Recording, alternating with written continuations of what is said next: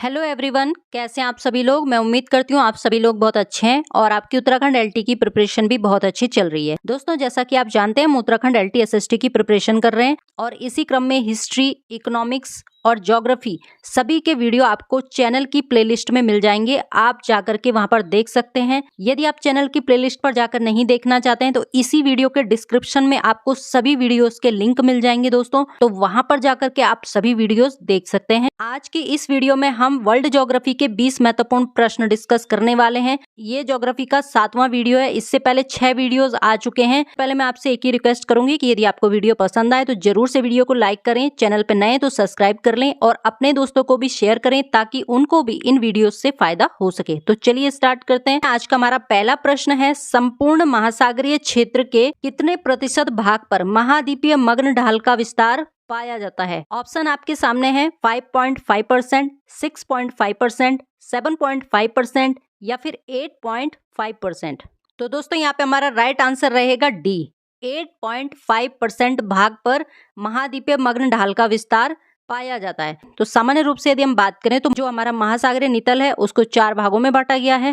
पहला है महाद्वीपीय मग्न तट, दूसरा है महाद्वीपीय मग्न ढाल, तीसरा है गंभीर सागरीय मैदान और चौथा है हमारा महासागरीय गर्त। अगला प्रश्न है, संपूर्ण महासागरीय क्षेत्र के कितने प्रतिशत भाग पर गंभीर सागरीय मैदानों का विस्तार पाया जाता है। ऑप्शन आपके सामने है 71%, 76%, 80% या फिर 82%।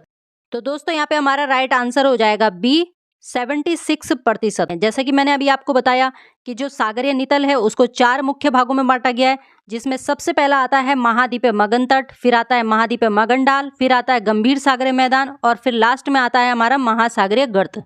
अगला प्रश्न है, गंभीर सागरीय मैदान का सर्वाधिक विस्तार किस महासागर में पाया जाता है।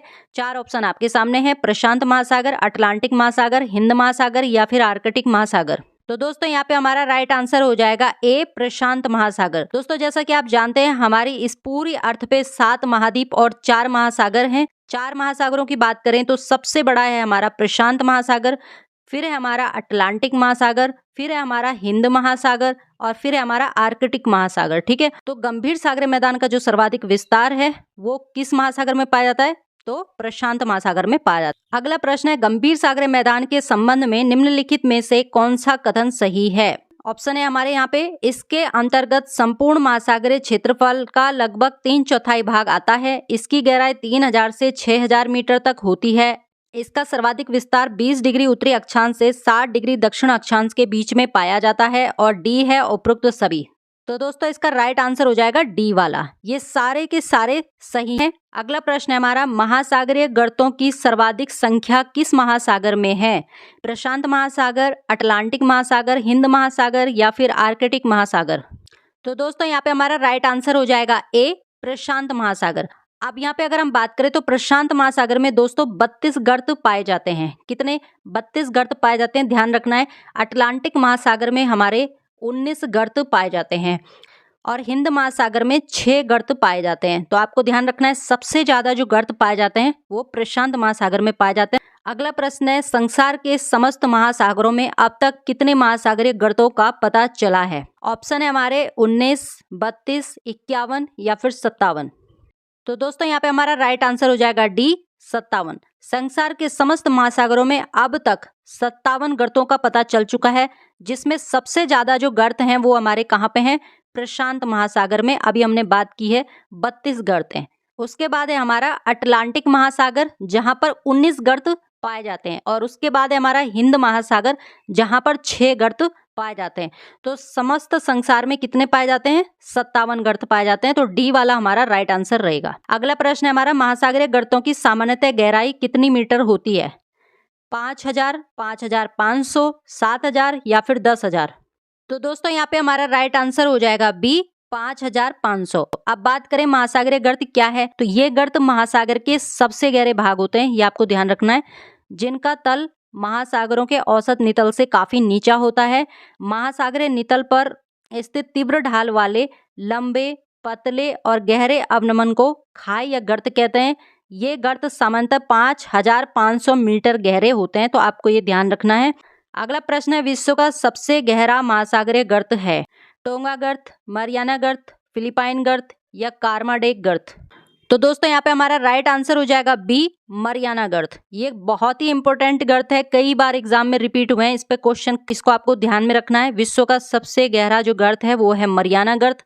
इसको चैलेंजर गर्त भी बोलते हैं दोस्तों। और ये कहाँ पर पाया जाता है? ये पाया जाता है आपका प्रशांत महासागर में। 11,022 मीटर जो है इसकी गहराई है। अगला प्रश्न है, महासागर में सबसे अधिक गहराई प्रशांत महासागर के मरियाना गर्त की है, जो है। ऑप्शन है समुद्र तल से 9,200 मीटर नीचे, समुद्र तल से 10,500 मीटर नीचे, समुद्र तल से 11,022 मीटर नीचे, समुद्र तल से 11,500 मीटर नीचे। तो दोस्तों यहाँ पे हमारा राइट आंसर हो जाएगा सी, समुद्र तल से 11,022 मीटर नीचे। अगला प्रश्न है, निम्नलिखित में से कौन सा महासागरीय गर्त प्रशांत महासागर में स्थित नहीं है? मरियाना गर्त, मिंडानाओ गर्त, टोंगा गर्त या फिर प्यूर्टो रिको गर्त। तो दोस्तों यहाँ पे हमारा राइट आंसर हो जाएगा डी, प्यूर्टो रिको गर्त। प्यूर्टो रिको गर्त की बात करें, प्यूर्टो रिको जो है ये अटलांटिक महासागर का गर्त है और इसकी जो गहराई है वो 8,392 मीटर है। तो आपको यहाँ पे ध्यान रखना है। अगला प्रश्न है, विश्व का सबसे गहरा गर्त चैलेंजर गर्त स्थित है फिजी के निकट, गुआम द्वीपमाला के निकट, जापान के पूर्वी तट पर या फिलीपींस के पूर्वी तट पर।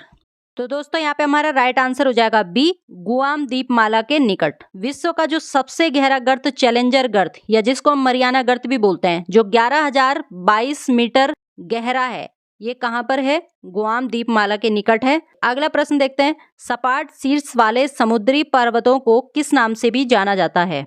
मोनाडनॉक, गुयाट, इंसेलवर्ग या फिर ज्यूगेन।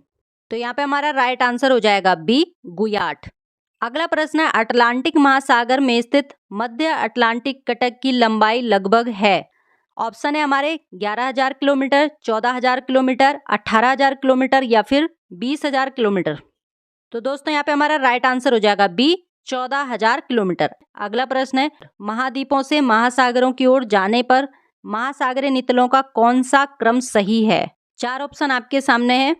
राइट आंसर रहेगा हमारा यहाँ पर डी, महाद्वीपीय मगन तट, महाद्वीपीय मगन ढाल, गहरे सागरीय मैदान और महासागरीय गर्त। महासागरीय नितल को 4 मुख्य भागों में बांटा गया है, जिसमें सबसे पहले आता है आपका महाद्वीपीय मगन तट, उसके बाद आता है आपका महाद्वीपीय मगन ढाल, फिर आता है गहरे सागरीय मैदान और सबसे लास्ट में आता है महासागरीय गर्त। अगला प्रश्न है, सागर की ओर तीव्र ढाल वाला भाग क्या कहलाता है? ऑप्शन है हमारे महासागरीय गर्त, गहन सागरीय ढाल, महाद्वीपीय मगन तट या महाद्वीपीय मगन ढाल। तो यहाँ पे हमारा राइट आंसर हो जाएगा डी, महाद्वीपीय मगन ढाल। अगला प्रश्न हमारा, महाद्वीपीय मगन तट तथा गहरे सागरीय मैदान के मध्य स्थित होता है महाद्वीपीय मगन ढाल, महाद्वीपीय मगन तट, महासागरीय गर्त या फिर इनमें से कोई भी नहीं। तो दोस्तों यहाँ पे हमारा राइट आंसर हो जाएगा ए, महाद्वीपीय मगन ढाल। सबसे पहले आता है महाद्वीपीय मगन तट, उसके बाद आता है महाद्वीपीय मगन ढाल, फिर आता है गंभीर सागरीय मैदान और फिर आता है महासागरीय गर्त। तो ये पूछ रहा है महाद्वीपीय मगन तट और गहरे सागरीय मैदान के बीच में कौन स्थित है? तो यहाँ पर स्थित होगा आपका महाद्वीपीय मगन ढाल। लास्ट प्रश्न है हमारा, घटते क्षेत्रफल के आधार पर निम्नलिखित का सही अवरोही क्रम क्या होगा? यहाँ नीचे कोड दिया गया है और इसकी मदद से आपको क्वेश्चन का आंसर बताना है। तो यहाँ पे आंसर रहेगा हमारा सी। ठीक है, पहले 1 आएगा, फिर 2 आएगा, फिर 4 आएगा और फिर लास्ट में आएगा 3। गंभीर सागरीय मैदान का सबसे ज्यादा क्षेत्रफल होगा। उसके बाद आता है हमारा महाद्वीपीय मगन ढाल जो कि 8.5% पे फैला हुआ है। फिर आता है हमारा महाद्वीपीय मगन तट जो कि 7.5% पे फैला हुआ है। तो सबसे पहले आएगा गहन सागरीय मैदान, फिर आ जाएगा आपका महाद्वीपीय मगन ढाल, फिर महाद्वीपीय मगन तट और लास्ट में महासागरीय गर्त। तो दोस्तों ये थे आज के 20 महत्वपूर्ण प्रश्न वर्ल्ड ज्योग्राफी के, जो हमने इस वीडियो के अंदर कवर किए हैं। तो इस चैनल पे आपको लगातार वीडियोस मिलती रहेंगी, तो आपसे रिक्वेस्ट है कि आप इस चैनल से जुड़े रहें। वीडियो पसंद आ रही है तो जरूर लाइक करें, इससे हमें मोटिवेशन मिलता है आगे और भी वीडियोस बनाने का। तो चलिए मिलते हैं अगली वाली वीडियो में, तब तक के लिए बहुत बहुत धन्यवाद।